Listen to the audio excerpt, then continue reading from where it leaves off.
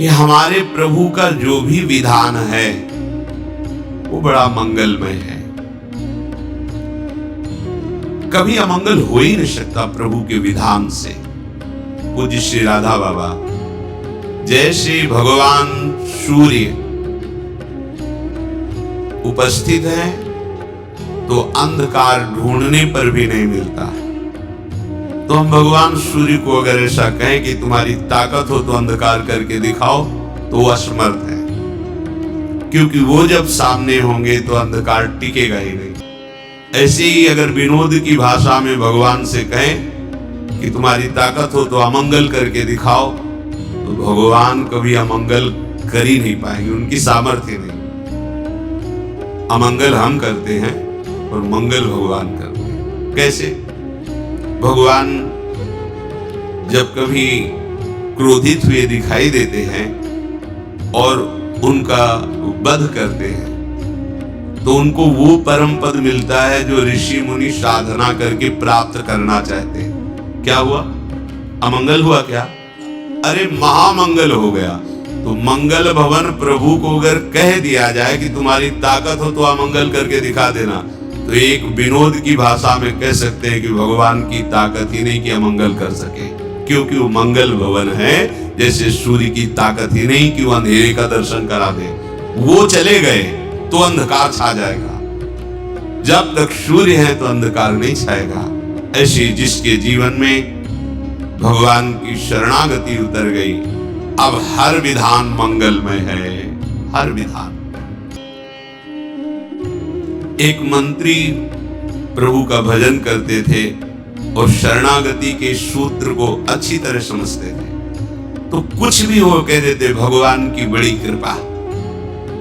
तो एक दिन राजा शिकार खेलने के लिए जाते ही हैं, जो प्रजा के नाशक पशु हैं, जो रुग्ण पशु हैं, जिनके द्वारा संक्रामक रोग फैलते हैं, उनको वध करके प्रजा को सुरक्षित रखते हैं। उनका शिकार खेलना स्वाद के लिए नहीं होता, प्रजा रक्षा के लिए होता है।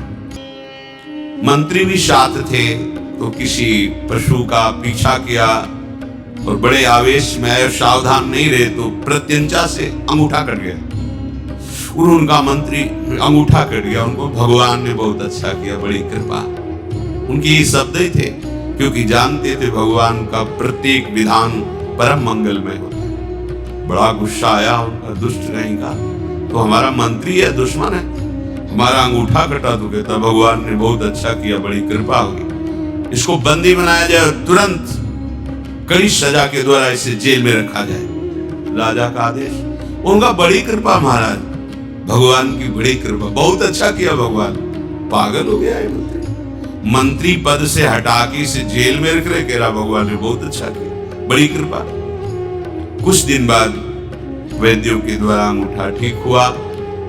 स्वभाववश फिर शिकार खेलने के लिए गए। एक पशु का पीछा किया, जो राज सैनिक थे वो जंगल की गलियों में पीछे रह गए, वो आगे निकल गए। पशु का पीछा करते हुए उधर कोई बलशाली राजा के परिकर बलि देने के लिए पुरुष की खोज कर रहे थे। भद्रकाली को प्रसन्न करने के लिए नर बलि का उन्होंने संकल्प लिया था। ये मिल गए राजा, इनको ले गए, स्नान आदि करा के जब पुरोहित के सामने ले गए जहां बलि दी जाती थी, तो पुरोहित ने सर्वांग पुष्टता का निरीक्षण किया कि सर्वांग पुष्ट है कि नहीं। तो देखा तो अंगूठा कटा हुआ था। उनका ये अंग भंग पुरुष की बलि नहीं दी जाती, छोड़ो इसको, छोड़ दी। अब वो मनाए कि बात तो सही थी, अगर भगवान कृपा करके अंगूठा ना काटते तो आज गला कट जाता। मंत्री ने ठीक कहा था, भगवान का हर विधान मंगलमय होता है। वापस आए, मंत्री को सादर बुलाया और कहा आप जो कहते हैं आज मुझे समझ में आया, अगर मेरा अंगूठा न कटा होता तो मेरा गला कट जाता।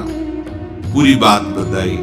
आप कहते भगवान की बड़ी कृपा, भगवान ने अच्छा किया, ये बात तो समझ में आ गई, लेकिन तुम मंत्री पद से हटा करके कड़ी सजा भोग रहे हो जेल में, इसके लिए भी कहा भगवान की बड़ी कृपा, भगवान का मंगल विधान, इसमें क्या कृपा आपने देखी?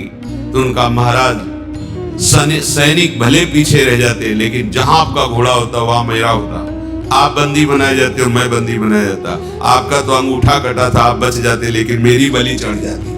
इसलिए भगवान ने मुझे जेल में रख दिया। भगवान की बड़ी कृपा।